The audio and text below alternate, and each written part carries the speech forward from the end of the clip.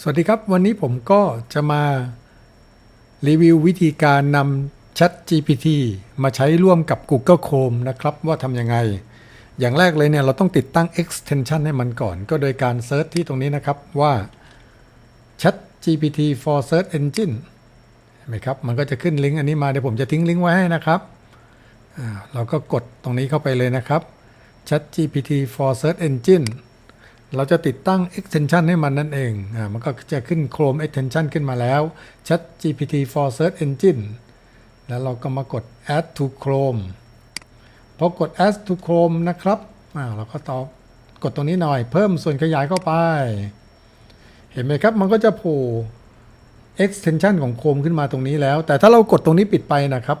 ไอตัวนี้มันจะหายไปเราต้องไปปักหมุดมันไว้หน่อยนะซึ่งจริงๆไม่ปักหมุดก็ได้นะครับแต่เราอยากจะรู้ให้มันโชว์ขึ้นมาว่าเราได้ติดตั้งมันไปแล้วจริงๆนะครับตรงนี้เห็นไหมครับมันก็โผล่ขึ้นมาแล้วเราก็ปักหมุดให้มันหน่อย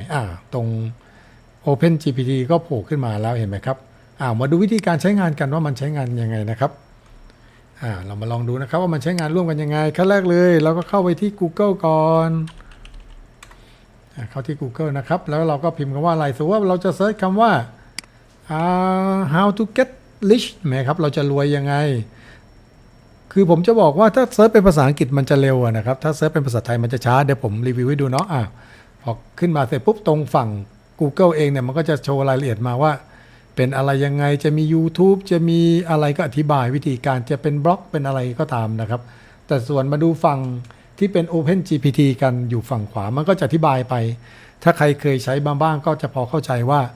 เวลาพอเราถามมันเสร็จปุ๊บเนี่ยมันก็จะค่อยๆอธิบายเรามาว่าวิธีการจะต้องไปเรียนรู้อะไรยังไงพัฒนาแผนใช้การใช้จ่ายอะไรยังไงเนี่ยนะครับก็คือเป็นการอธิบายเป็นภาษาอังกฤษเนาะค่อนข้างเร็วมันก็จะบอกวิธีการเรามาตรงนี้นะครับแต่ถามว่าถ้าเซิร์ชภาษาไทยได้ไหมเซิร์ชภาษาไทยผมจะมาเซิร์ชให้ดูนะครับเซิร์ชภาษาไทยมันก็ทำได้เหมือนกันนะครับทำยังไงจะรวยอย่างเงี้ยนะครับปุ๊บเห็นไหมครับทาง Google มันก็บอกมาตึกเราก็ไปดู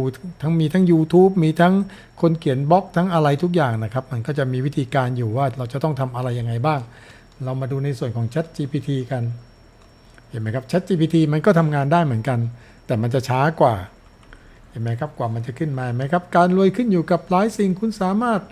ทำการลงทุนอะไรเงี้ยเดี๋ยวมันก็จะอธิบายมาเป็นข้อๆให้เราเห็นไหมครับเนี่ยวิธีการก็คือจริงๆแล้วมันก็สามารถเซิร์ชด้วยภาษาไทยได้แหละครับแต่ภาษาไทยมันจะช้ากว่าหน่อยคราวนี้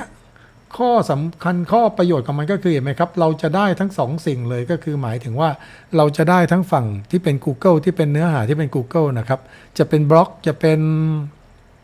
วิดีโอหรือเป็น YouTube อะไรก็ตามเราก็จะเห็นจากตรงนี้นะครับแต่บางสิ่งเนี่ยมันเซิร์ชด้วย Google แล้วมันไม่ค่อยเจอนะครับอย่างยกตัวอย่างเช่นผมจะบอกว่าอะไรนะจะทำปุ่มใน Excel อะไรอย่างเงี้ยครับซึ่งถ้าวิธีการหรือขั้นตอนอะไรอย่างเงี้ย ChatGPT มันจะเก่งกว่าเช่นผมบอกว่า how to create close button VBA on Excel คือผมจะให้มัน create ปุ่มปิดแล้วก็เขียนโค้ด VBA บน Excel ทำยังไงผมก็กดตรงนี้เนาะคือเวลาพอเรามาดูจากตรงเนี้ยจาก Google บางทีมันต้องไปหารายละเอียดพอสมควรแล้วก็จะเข้าใจยากบางทีดู YouTube บางทีก็ไม่เข้าใจอะไรอย่างเงี้ยครับแต่อันนี้ผมยกตัวอย่างนะถ้าใครเข้าใจก็ไม่เป็นไรแต่พอมาดูฝั่งนี้ครับฝั่ง ChatGPT เนี่ยมันจะอธิบายละเอียดเลยว่าจะทำปุ่มเนี้ยจะต้องทำยังไงนะครับมันบอกให้ทำตามขั้นตอนนี้เลยขั้นแรกเนี่ยเปิด Visual Basic Editor by pressing alternate F11 อะไรอย่างเงี้ยครับเห็นไหมครับมันจะบอกให้เปิด Excel ขึ้นมาแล้วก็ทำมันจะเรียงเป็นลำดับขั้นตอนแถมเขียนโค้ดให้เราเสร็จเรียบร้อยเดี๋ยวลองมาดูนะครับว่ามันเขียนโค้ดให้เราไหม